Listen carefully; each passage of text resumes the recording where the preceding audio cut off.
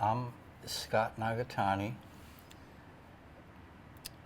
My grandfather, who was at Tuna Canyon, was Kichigoro Yoshimura, my mother's father. I found this out in 2017 while performing with Grateful Crane at the fundraiser. I happened to look at the honor roll of detainees, and there's his name right there. My grandfather was quite a character. This is a picture of him as a Russian war veteran in the Japanese army. You could see him in his uniform. These guys were kind of like the heroes in their society. Probably one of the reasons why Japan got so militaristic. But this is my grandfather probably taking in Little Tokyo right before Pearl Harbor. He wasn't a no-no boy, he wasn't a resistor, he was a Japanese patriot.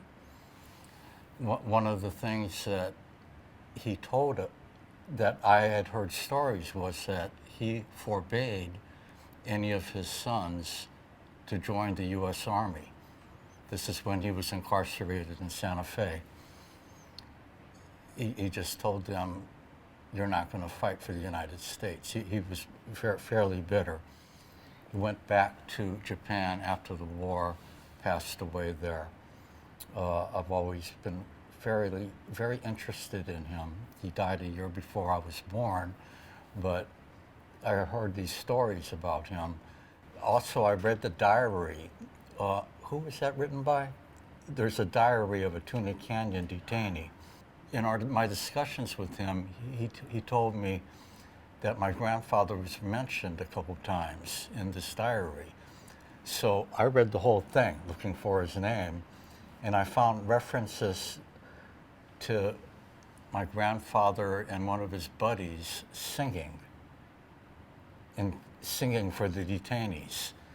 It was quoted something like Mr. Yoshimura and the other fella knew every song there was and sang for our events.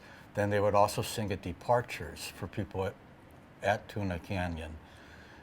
I knew my grandfather sung, but this kind of struck me. I go, here he is singing, and here I am years later playing for Tuna Canyon, and basically it was very, very touching, meaningful to me that he would have been doing music at a Tuna Canyon event, and I would follow in his footsteps some odd years later doing the same thing.